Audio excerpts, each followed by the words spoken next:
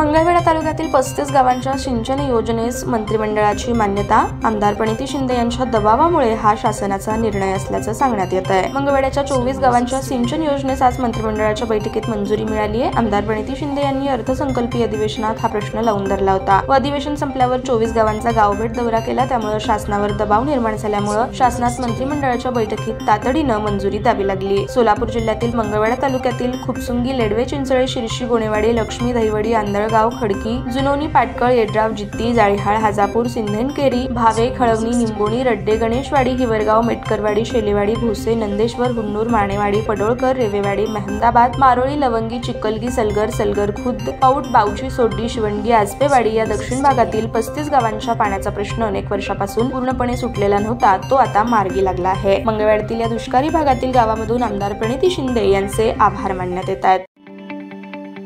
ताज्या बातम्या पाहण्यासाठी प्राईम महाराष्ट्र न्यूज चॅनलला सबस्क्राईब करा।